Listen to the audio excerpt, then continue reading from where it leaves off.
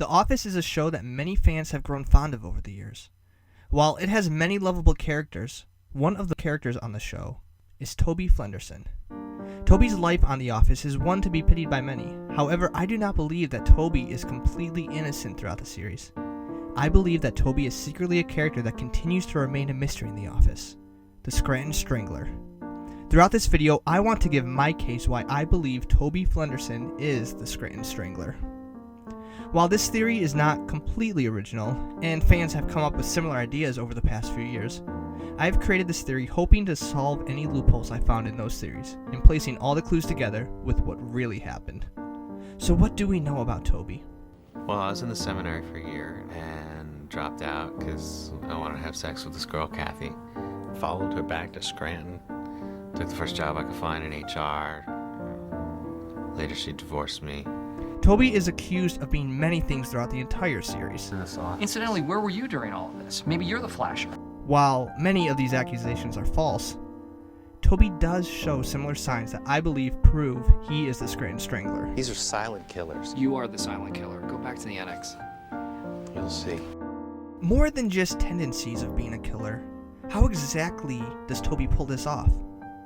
His relationship with Pam has always been a humorous attempt at someone he will never have, which is why the Scranton Strangler is strongly related with Pam's storyline. Pam is a major deciding factor in Season 4 when Toby leaves to go to Costa Rica, and I believe that is the turning point and where the Scranton Strangler is born. But I'm not gonna lie to you, it felt really good to take money from Michael. I'm gonna chase that feeling. The first neck injury we find in this series is from Toby himself, and I believe that Toby used this injury as an inspiration for where his life would take him.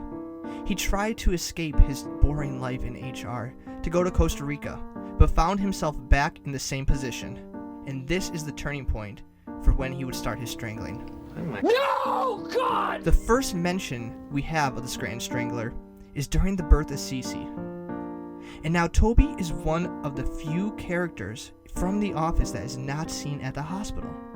Now, it would make sense that Toby would not want to be there because Pam has finally had a child with Jim, but it's also suspicious that the Scranton Strangler would also strike that same day. Pam having a child would absolutely give reason for Toby to react in this way. The newspaper reads, "The Scranton Strangler strikes again." This alludes to the idea that Toby has acted on this before, that this was not his first case of strangling someone. So when was the first one?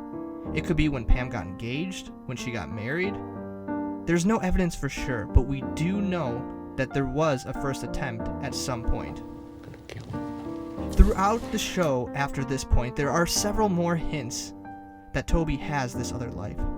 It comes out when he is writing a novel. Just a mystery novel that I've been working on. He wants to use her services to mop up after a murder.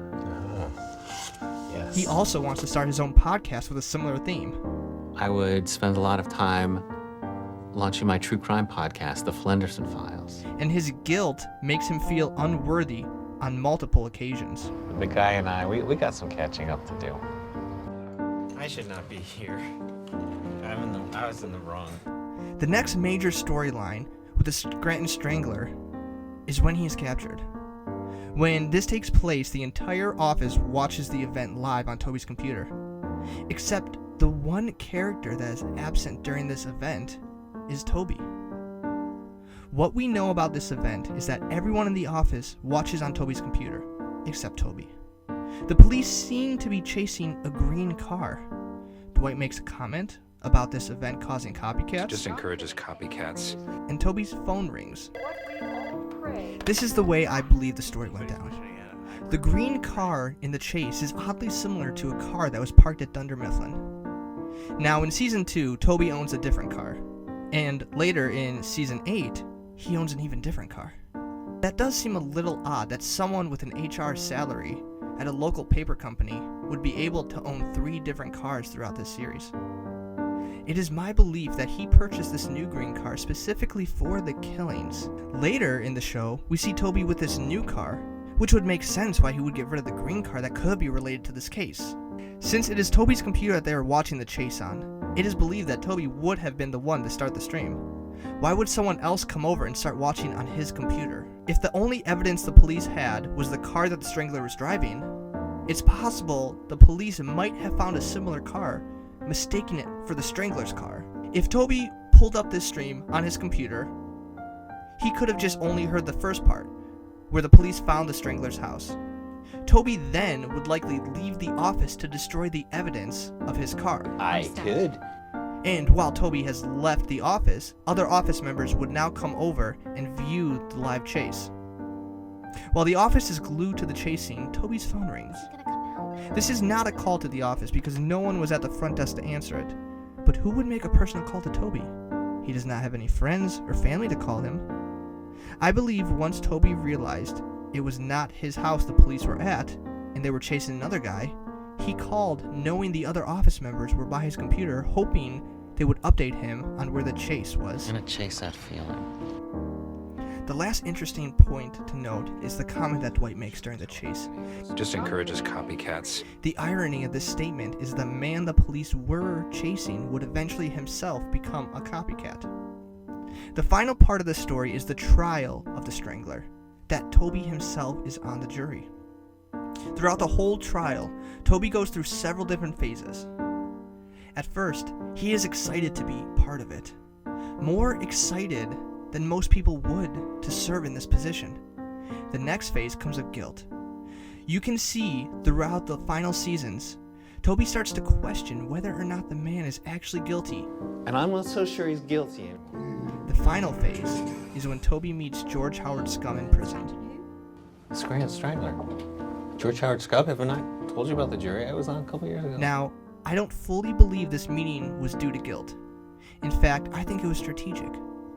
During the meeting, George Howard Scum strangles Toby, making it clear to Nellie that this man is the Strangler. Toby goes into the prison with good intentions, perhaps confesses his guilt to the alleged Strangler and the man he framed, and with this ironic twist, endures the punishment by which he has given to others. What was said to George Howard Scum is unknown, but now, with Toby being strangled, he can absolutely prove to others why this man is guilty, and Toby can walk out with a clean conscience knowing that George knows the truth. The reason this theory works so well is because it adds so much depth to an already fantastic story that The Office is. Toby goes through two separate neck injuries throughout the series. The first one in Costa Rica, where this whole situation started, and the second neck injury at the end, where it ended. When Toby found the closure and successfully framed someone else as the Strangler, his life could now go back to normal, or at least what it was before his first neck injury. There are two characters in the show who have a major indirect influence on Michael's life. The first being Toby.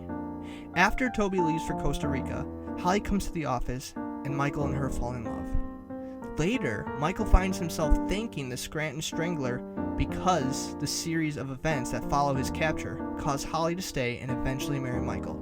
Thank you, Scranton Strangler. I love you. You just took one more person's breath away. The irony of Toby, the one person Michael hates, being behind the two most influential moments in Michael's life, is comedic gold that makes the story arc of The Office much more interesting. So what do you think? Does this story hold up? Could Toby possibly be the Scranton Strangler?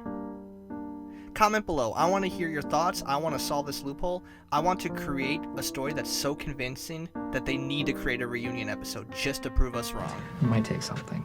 I don't think he's gonna take anything. Okay. You just took one more person's breath away.